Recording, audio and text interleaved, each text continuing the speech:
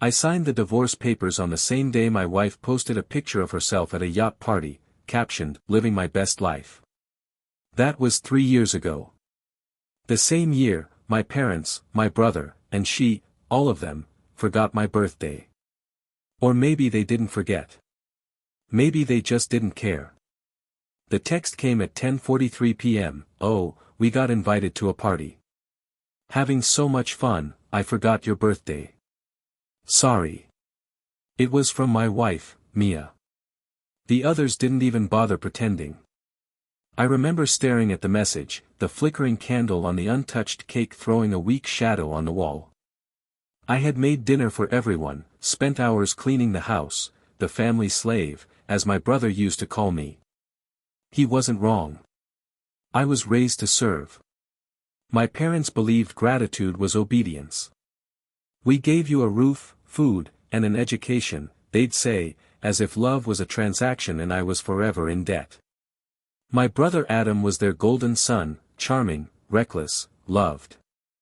I was the background character, the one who cleaned up his messes, covered his lies, paid his bills when he gambled. And Mia, she used to be the only one who saw me, or pretended to. When we met, I was the quiet type, working late nights while she was spontaneous and loud. She said I grounded her. I thought she meant it as a compliment.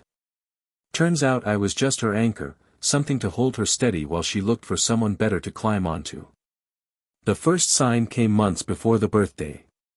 Her phone started staying face down. She stopped laughing with me, but she laughed a lot on her phone. I told myself it was nothing, that she was tired, distracted, bored, maybe until one evening she left her laptop open on the dining table. A message popped up, "He's still in the dark. You're amazing." It was from Adam. For a moment, I couldn't breathe. My brother, my wife, the two people I had sacrificed most for.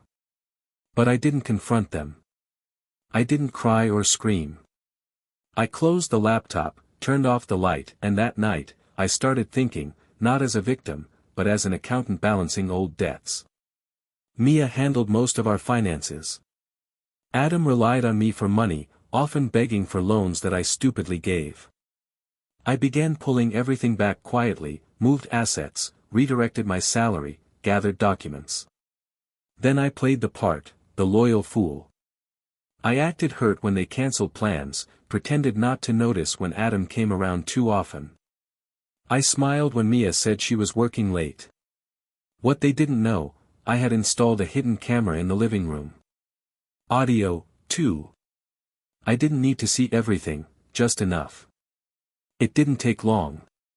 1 week later, they handed me my proof. Their laughter echoing through the speakers as they toasted over the wine I bought. "He's too pathetic to leave," Adam said. "He'd probably thank us for doing it behind his back," Mia laughed. I replayed that line more times than I'd admit. Then I stopped and started building something else. Step 1, I withdrew everything tied to them, joint accounts, property shares, car insurance, quietly, legally. Mia never checked because she assumed I wouldn't dare.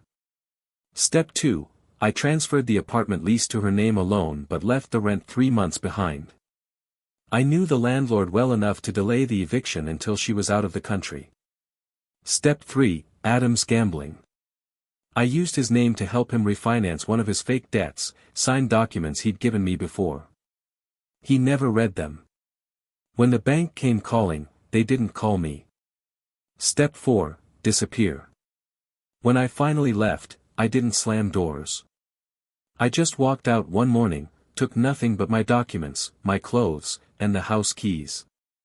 They found out weeks later. Mia called, then screamed, then begged. Adam sent threats, then apologies, then silence. I blocked them both. I built a new life in another city, started a small consultancy, quiet, simple, peaceful, until last week, I got an invitation, a reunion of sorts. My parents, Adam, and Mia would all be there. Apparently, Adam had turned his life around. Mia had remarried, then divorced again. My parents had sold the house. I decided to go, not for nostalgia, but for closure. When I walked in, the room went silent. Adam looked older, bloated. My parents' smiles froze halfway. Mia's eyes widened, then narrowed. "Didn't expect to see you," Adam muttered. I smiled. "You never did." Throughout dinner, I said little. I watched them brag, complain, talk over each other. My parents asked if I'd forgiven them.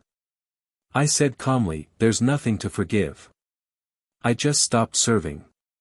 Mia asked if I'd moved on. "Completely," I said, then added, "I'm glad you did, too. Though I heard the divorce wasn't cheap." She flinched. I knew why. Her credit still carried the debts from the old apartment, the ones she thought were mine. As for Adam, he looked uneasy all night, probably because his business partner, the one who sued him for fraud, was funded by someone he didn't know, someone who made sure his name would never be cleared. When I left that night, I didn't look back. The air outside was cold, quiet. I felt nothing, no guilt, no joy, just release. For the first time, I wasn't anyone's shadow. They had laughed at me for being too soft, too quiet, too loyal. But I learned something they never did: silence isn't weakness. It's patience sharpened into a blade. They forgot my birthday once. I made sure they'd remember me forever.